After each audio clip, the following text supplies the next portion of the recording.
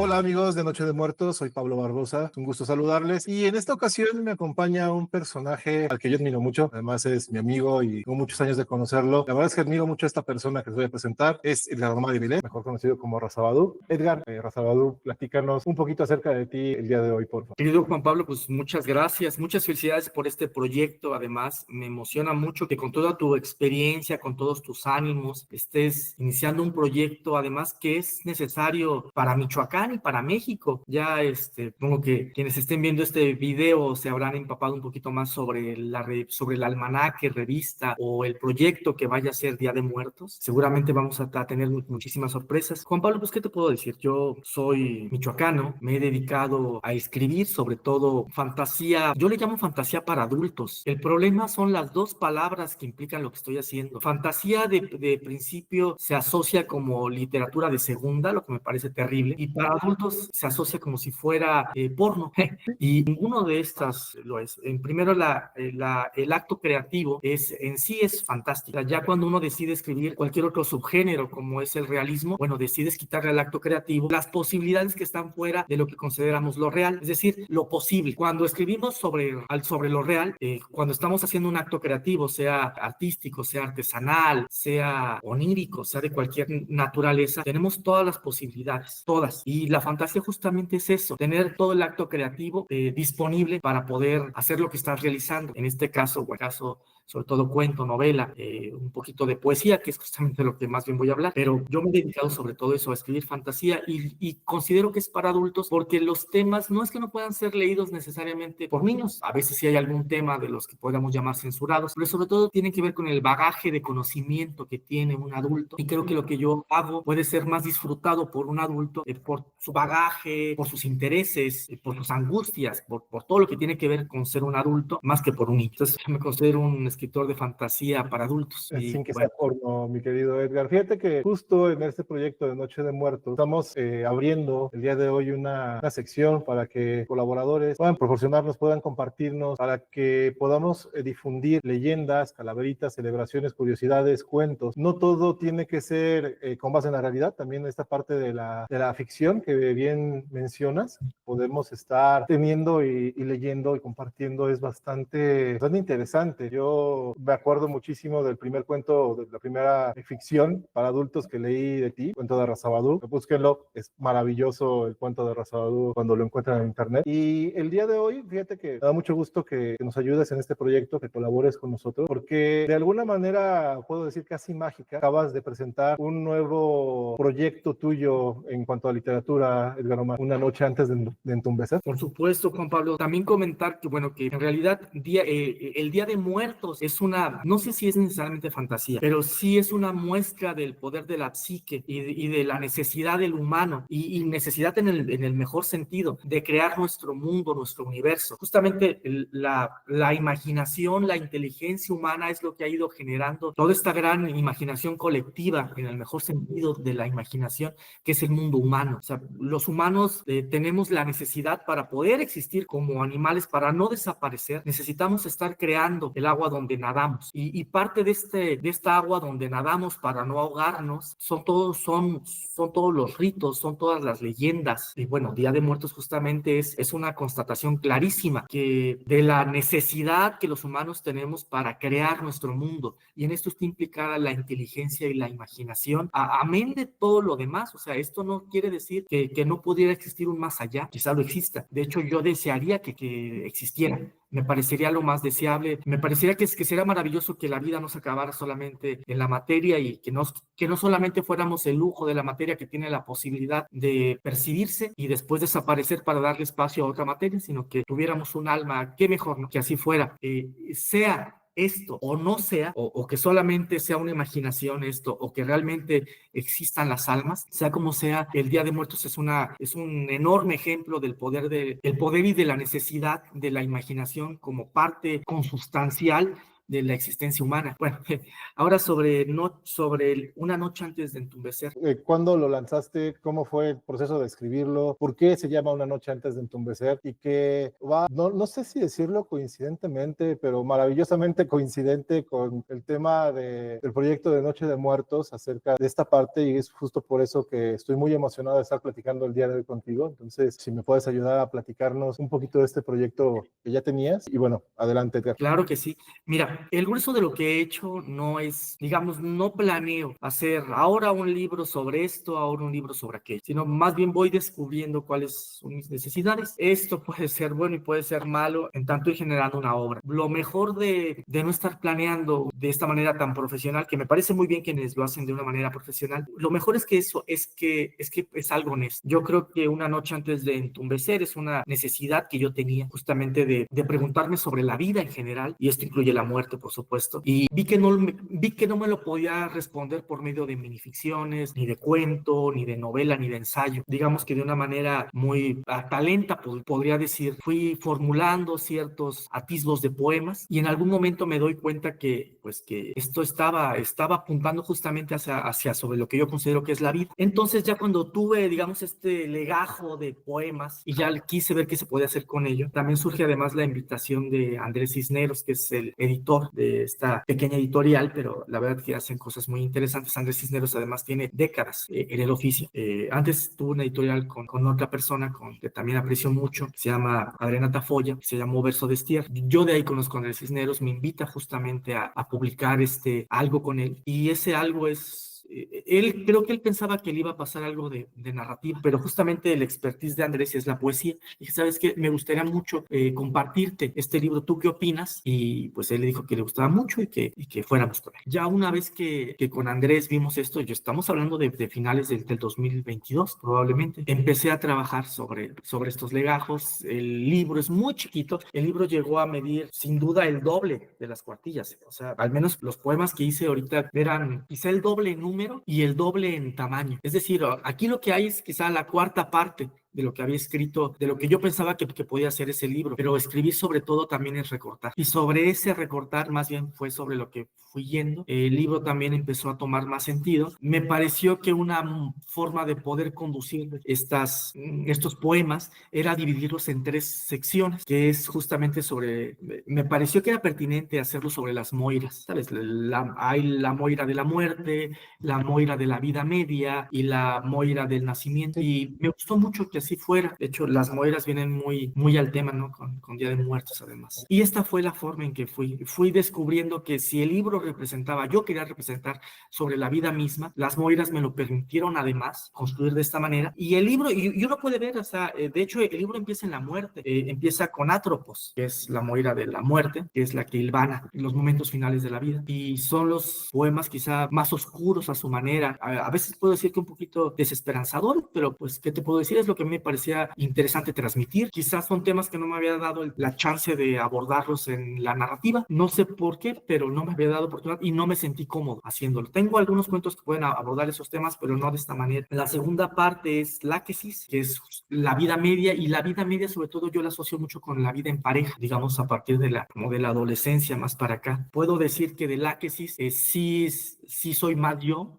digamos sobre la moira de la muerte es más bien una especulación, sobre Atropos es una especulación de lo que yo creo que serán los momentos últimos, o cuando menos la forma en que me he podido acercar a la muerte, pero no es algo tan personal. La moira del nacimiento, que yo la asocio también un poquito con la infancia, no solamente con el nacimiento, es Cloto, y lo asocio más que con mi infancia, lo asocio con lo que queda ahorita en mi vida de la infancia, o con lo que yo asocio con la infancia, y esto tiene que ver, por supuesto, entre otras cosas, con los hijos que yo decidí no tener. Yo decidí no tener hijos. Esto, como todo además, y hablando sobre este tema, es un luto, pero todo en la vida es un luto. Cada decisión que tomas es un luto por lo que no hiciste. Entonces, de alguna manera hay también atravesado en todo este libro, está el tema del luto, está el tema de la muerte, aún en el nacimiento, aún en la vida media, aunque bueno, es mucho más obvio en la parte de la muerte. Es un ejercicio más que de certezas, de dudas. Yo creo que la muerte es una gran duda, Yo creo que además que conforme uno se va complejizando como ser humano, sí como escritor, pero en general como ser humano, dejas de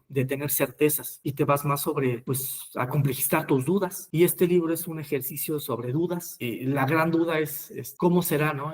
Los momentos finales de mi vida, de qué manera haré no sé, un poder recortar mi vida y decir qué me gustó, qué no me gustó de la vida, vendrá después de esto algo, valió la pena, no valió la pena. Todas esas cosas son dudas. Difícilmente van a encontrar una respuesta en este libro. Además, yo creo que los libros que hablan sobre respuestas a mí no me interesan generalmente. Me parece que solamente son actos de un ego inocente o un ego estafador, quienes te quieren dar respuestas, ¿no? Te quieren dar respuestas porque todos estamos ansiosos de respuestas, y eso vende, por supuesto. Una duda, Edgar. ¿Cómo enfrentas, cómo vivimos o cómo percibes el hecho de que muchas personas lo que buscamos siempre en una conversación es darle la respuesta al otro? Es algo muy natural que inclusive vamos en la calle y nos preguntan, oye, ¿cómo llego a tal lugar? Y nos inventamos cómo llegar, aunque no sepamos, con tal de dar una respuesta. Entonces, a mí me parece muy interesante, me parece súper bonito lo que nos estás diciendo de que en una noche antes de entumbecer no vamos a encontrar las respuestas a lo que hay, vamos a encontrar tus reflexiones y que no estamos en esa parte de querer responder con certezas lo que es incierto, Edgar. Bueno, no podría darte una respuesta